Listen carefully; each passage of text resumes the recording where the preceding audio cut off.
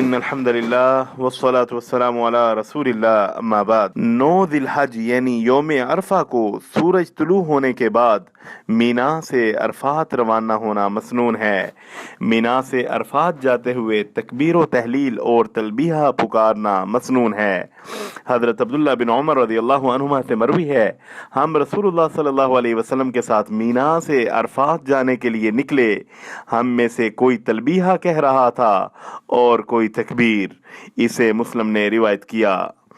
مینا سے سیدھا میدان عرفات پہنچنے کی بجائے پہلے وادی نمرہ میں زوال آفتاب تک رکنا مسنون ہے۔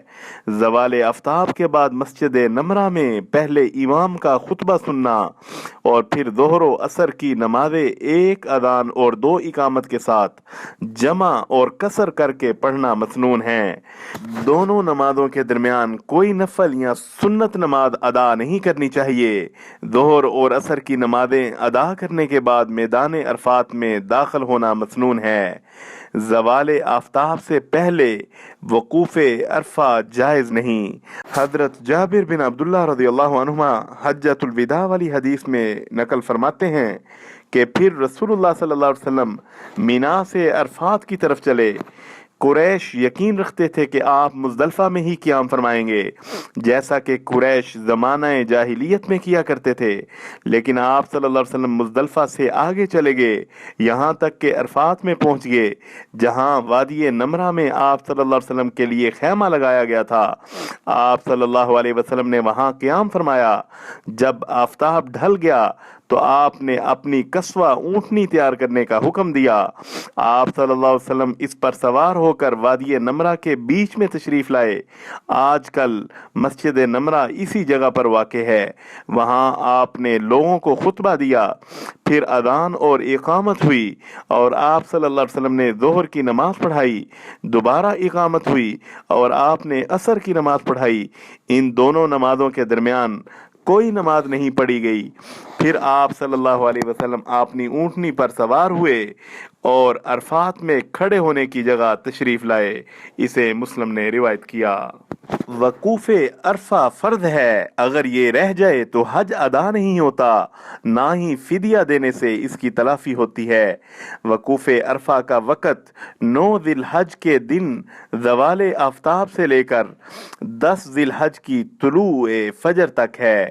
حضرت عبد الرحمن بن یعمر رضی اللہ عنہ فرماتے ہیں، میں نبی صلی اللہ علیہ وسلم کے پاس تھا کہ کچھ لوگ آئے اور حج کے بارے میں دریافت کیا تو آپ صلی اللہ علیہ وسلم نے فرمایا، حج عرفات میں ٹھہرنے کا نام ہے۔ جو شخص مزدلفہ کی رات یعنی 9 اور ذی الحج کی درمیانی رات طلوع فجر سے پہلے عرفات میں پہنچ جائے، اس کا حج ادا ہو گیا۔ اسے نسائی نے روایت کیا۔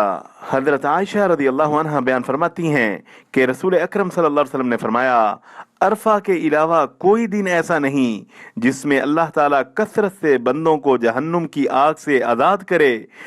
اس روز اللہ اپنے بندوں کے بہت قریب ہوتا ہے اور فرشتوں کے سامنے ان حاجیوں کی وجہ سے فخر کرتا ہے اور فرشتوں سے پوچھتا ہے، ذرا بتلاؤ تو یہ لوگ مجھ سے کیا چاہتے ہیں۔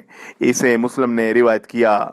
میدان عرفات قبولیت دعا کی بہترین جگہ اور یوم عرفہ قبولیت دعا کا بہترین دن ہے۔ حضرت عبداللہ بن عمرو بن عاص رضی اللہ عنہ سے روایت ہے کہ نبی اکرم صلی اللہ علیہ وسلم نے فرمایا، بہترین دعا عرفہ کے دن کی دعا ہے اور بہترین کلمات جو میں نے کہے اور جو مجھ سے پہلے انبیاء علیہم السلام نے کہے وہ یہ ہیں، لا الہ الا اللہ وحدہ لا شریک لہ لہ الملک و لہ الحمد وہو علی کل شیء قدیر۔ اسے ترمذی نے روایت کیا۔ میدان عرفات میں دوران وقوف ہاتھ اٹھانا مسنون ہے اور اسی طرح میدان عرفات میں وقوف کے لیے قبلہ رو کھڑے ہونا بھی مسنون ہے۔ حضرت جابر بن عبداللہ رضی اللہ عنہ حجۃ الوداع والی حدیث میں فرماتے ہیں کہ اونٹنی پر سوار ہونے کے بعد نبی صلی اللہ علیہ وسلم قبلہ رو ہوئے اور غروب آفتاب تک وقوف فرمایا۔ اسے مسلم نے روایت کیا۔